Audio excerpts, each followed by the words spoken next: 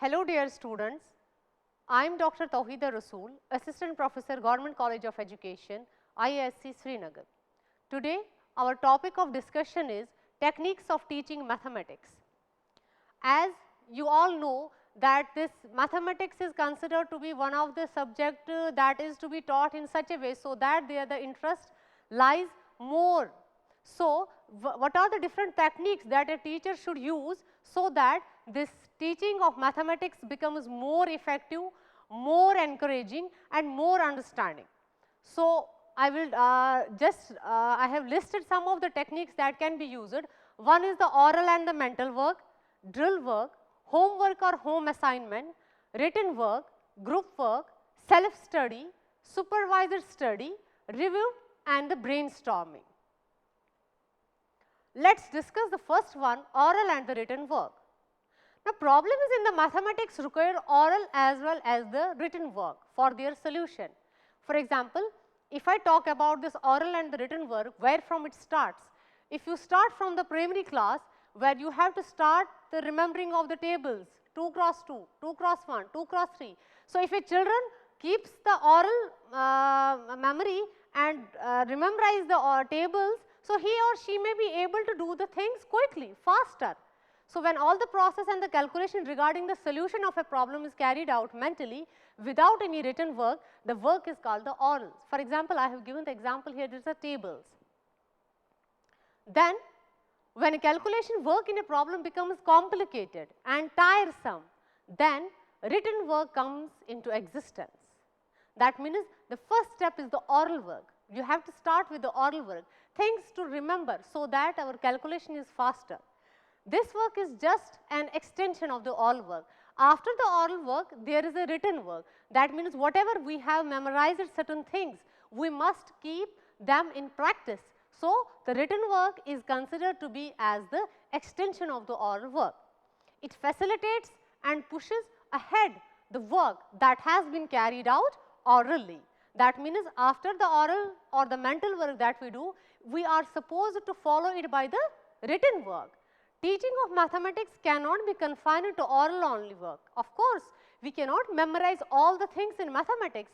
Then there lies a problem. If we feel that everything can be memorized and we can do excel in mathematics, then this is wrong. We have to do certain things that is to be kept in oral, so make our calculation faster, but then we have to keep ourselves ready for the written work. It is the beginning only that is to be made through the rest. The responsibility lies in the written work. Then there is a drill work. What is this drill work? This drill work is basically a practice. Drill work and the practice is one of the most essential ways of learning in mathematics. Of course, whatever we are teaching, whatever we taught in the class, unless and until we will put the students into their own efforts, unless they will put their efforts, whatever teacher is taught is not going to understand to them unless they will work on it. The controlling purpose of all the teaching activities is to reduce necessarily learning to habit. Gaining mastery requires acquisition of habits, hence drill practice plays an important role in acquiring the mastery. I will just quote it here with an example. For example, we are teaching students with some concept of mathematics like division. Okay, done. Now, when we are doing this division, okay, the teacher has already communicated some examples through the board, and unless and until the student will do some exercises on the division, he or she may not be able to understand the concept clearly. So, okay, the oral work has taken place at the initially when the student has to memorize the tables, so that the work is faster. Then the written work, that unless and until whatever had been made mentally, you have to put them onto the written work. And then the third one is drill and practice. That means unless and until we will go on practicing the things, we are not going to attain the mastery. Fine? Then there is one more thing that is, helpful while dealing with this subject, that is assignment, or we call it as a homework. This every mathematics teacher assigns homework. Why? Because whatever concept has been taught in the class, when a student goes home, he has something to do. That what were we taught in the class? What are the things? He may recapitulate the classwork and then he will try his efforts, because in the classroom you have a time limitations. One class is followed by the another class, one subject is followed by the another subject. But at home, when you do the study, you recall what has been taught in the class and then you try to solve the questions that has been given by your teacher. The usual argument in favor of a homework is that it provides additional time for practice and development, the habit of a self-study and self-reliance. Of course, when homework is given to the child, it adds something to the personality, that he spends some time with the books of his or her own, so that this self-study, this self-reliance inculcates in them. It's assumed that classroom time is only for teaching and not for practice. Of course, when we are in a classroom, we are bound to the time, we are bound to the syllabus, we are bound to the so many things. So a teacher has a confined time to deal with the subject, to deal with the topic. So a homework is a sort of a work that is assigned to the child when he is free at home. However, homework presents a number of problems. The study is unsupervised. It encourages the use of a cheap notes and guides, etc. Of course, it has its own demerits. For example, when you assign some topic to the student, he may go and copy it from somewhere. That's different. But in mathematics, a teacher can, create his own problems in the class, so that there is no, choice of copying it from the others.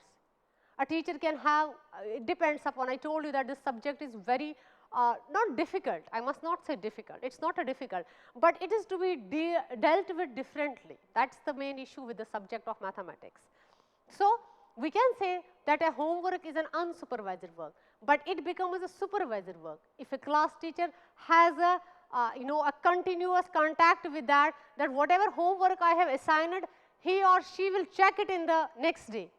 So then this homework, which we have, say, the demerits of it is unsupervised, it will become supervised also, right? Then this unsupervised homework develops undesirable study habits. We can say sometimes, if a child is already tired, these are some of the demerits that we can think of about the homework, but although I told you that these are some of the techniques that can help you in learning in achieving the goals of the mathematics. So we can say this unsupervised homeworks may develop undesirable study habits. That means, if a child is left on his or her own for this homework, he may not be supervised by anybody. This may feel somehow that this is an undesirable work, something that has been assigned to me, but it's not, nobody is going to check it, nobody is going to assess it. Okay? Homework, which is an extension, but we call it in a mathematics language that homework which is an extension or supplementary to the classwork and which does not take much of the free time of the child is considered legitimate. यानी जो आपका free time है उसमें आप ये काम करेंगे. Any homework assigned to the pupil should be corrected and kept as a cumulative record in the notebook rather than on the loose sheets of the paper. This is what I was telling, that if we give the homework to the students and the teacher is not going to check it in the next day, then the students maybe feel that this is an undesirable work. Why I am doing this? Because teacher is not going to check it. So teacher has to, in order to make this technique a useful technique in mathematics to teach, to make the understanding more effective, teacher has to be very competent. He has to take care of all the things that I have assigned a homework to the student. I must find out some time, I must give some time so that the students may feel that yes, we are going to have some supervision on it. Fine? Then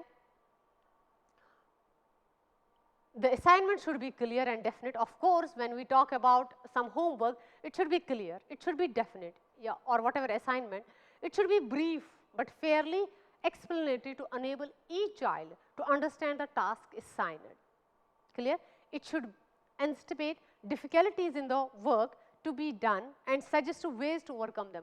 The homework assigned by the teacher should be in such a way that it should overcome the difficulties of a child about the topic. It should connect to the new lesson to the past experience, of course, and correlate the topic with all related subject matter. It should be interesting, motivating and thought provoking. Of course, whenever an assignment is given to the child, unless and until it is interesting, it is motivating to him or her, the thought provoking, then he may not be finding any interest in it. So, when there is no interest, there is no learning. Clear? It should be interesting, motivating and thought provoking. The activities suggested for assignment should be varied and adapted to the needs and the interests of the students. Then there is one more technique of teaching mathematics, that is a group study. What is this group study? Group study or a group work we call it. See, when a teacher teaches any topic in the class and either the same day or the next day depending upon the duration of the class and so on, a group study is a sort of a work that you assigned in a class in groups. Say for example, you have 30 students in your class, you divide them into 5 groups. So, each group will consist of 6 students. So, 6 students will have to work on the same problem. Fine. So, group work or a group study plays an important role in learning of a subject like mathematics. Some important reasons of this method are directly like development of social virtues. When you assign a group of students the same work, the students work together, the social virtues gets developed in them, helping in the development of interest, or in addition to the social virtues, the interest also develops there, because maybe some of the students among the young ones are they are having a less interest, but then finding somebody who is talking about very joyfully or very interestingly about the subject may get some sort of interest also, reducing the problem of a wide individual differences, और उसमें wide individual differences जो है that will also be inculcated, helps in paying the individual attention. And of course, when a teacher assigns some topic to the students, then in a group study, he is in a position to he is in a position to pay individual attention to the groups. A teacher goes to the group one by one and see what they are doing, and then he is in a way to pay the attention individually. Fine. Then there is a self-study. What is this self-study? This is also one of the technique of teaching mathematics. As we see that when a homework is assigned to the child, the study that who does is also a self-study. That means self-study is a study done by an individual himself. So, homework, assignment, these are some of the examples of a self-study. So, it is a sort of independent work of learning. In mathematics, it means the development of a habit of independent learning, so that the student may be able to solve the problems of mathematics and acquire the desired knowledge and skills of mathematics with their own independent efforts. I would like to clear it here that self-study can be, it can be in the class, it can be in the library, it can be in the home, it can be in any other way. Self-study is a study that an individual put his own efforts in learning or acquiring the mastery in any concept or any subject. For example, we see in a class, a student, some may be interested in the biology, some may be interested in English, some may be interested in mathematics, some may be in other subject. This interest basically is the self-study, the extension work that he or she does beyond the class situation and beyond the other situations. So, this interest develops of his her own choice, the inclination of the subject towards it. So, the self-study is done by an individual himself without any supervision. So, we call sometimes homework that is also a self-study, because the student is individual, individually working on the problem, whether a problem is given by the teacher or anything. Then there is supervisor work. What is the supervisor work? Supervisor work is also one of the best techniques that can be used in teaching mathematics. Supervisor study means the study under supervision. In actual practice, when the students engage themselves in some or the other learning activities under the properly organized supervision of their teacher, this is called supervised study. That means, for example, in science or in mathematics or in other, since I am teaching the mathematics, I will quote an example of a mathematics. You are teaching some topic to the students, fine. Now, after completing this topic, you feel some topic is related to this topic that you had already taught to the students, and you feel the students have understand this concept fully. You assign something to them that they will do it on their own, but the teacher should know very well that the knowledge that my students already possess will be of help to the work that has been assigned to them. So, teacher assigns some work to them, and then he keeps a supervision of that work, some sort of a project that we assign to the students, but that project is done under the supervision of a teacher. Supervisor study provides a well organized supervision of the work of the students. So, in supervisor study, students are able to get appropriate guidance at the proper time. So, when you assign some topic to the students and you give an appropriate guidance to them, that what are the things they have to do before starting this assignment. So, supervisor study encourages students for the self-learning, and this supervisor study also, this encourages students for self-learning. That means they try to understand the things on their own. It helps in building the self-confidence. When they are able to do a small step and a teacher encourages them, there is a connection between the teacher and the student, a close connection rather. So, it brings them a self-confidence. For example, some step has been done by the student, and he comes and the teacher supervisor say, well done, you have done good job, you can do better. So, this encouragement, this will give, build a self-confidence to the students for the solution of the problems independently. Then there is supervised study.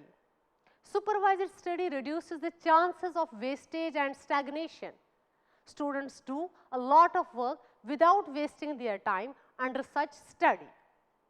So, in this supervised study, they also have a lot of things to do, so they do not waste their time. They oftenly consult the teacher for the supervision, and this all goes in a fruitful way. Then there is a brainstorming. What is this brainstorming? Brainstorming is, I must say that this brainstorming is a step that you pose some questions to the students. When you pose some questions to the students, then they start thinking about it. When they start thinking about it, that means they are trying to make use of the brain in a more efficient way. If you remember, in the most of the newspapers, we have that crossword in the newspaper, and there are some hints given to fill up those crosswords. So, we try to read out the lines what is been given in the hint for the row 1 or column 1, and then we try to find out what. That means we are putting something more stress on the brain to come up with the answer. That is the brainstorming steps. You generate ideas with groups, or sometimes some brainstorming steps are something is given to in a group form, where all the say 4 people in a group or 6 students in a group will think independently, and then they will come up with the answer. That means brainstorming is one of the best techniques that can be used in mathematics, so that this phobia, mania, whatever we call about the mathematics, is that that will be overcome. You can give some simple type of questions to the students so that you know they will, whenever they will be in a position to find the solution, they will jump in joy. That means, yes, we are able to do it. But these will be something, a starting brainstorm. Then there can be different way, accept all the ideas. I mean, when a student comes up with some idea, with a question posed to the teacher should not say, no, this is a wrong question.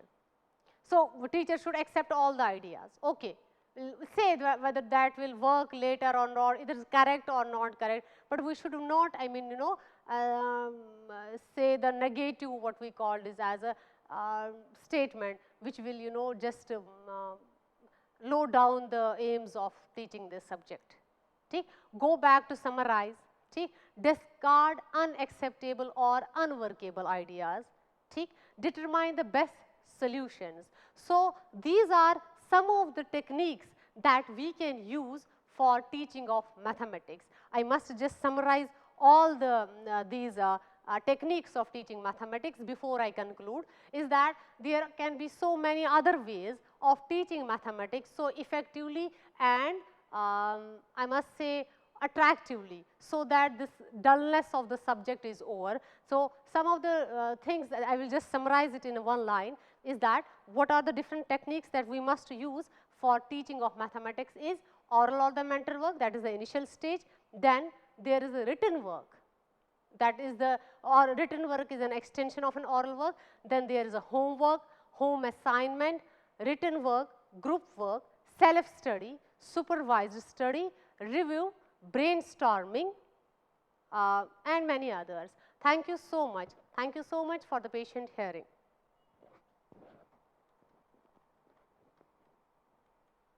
Thank you, students.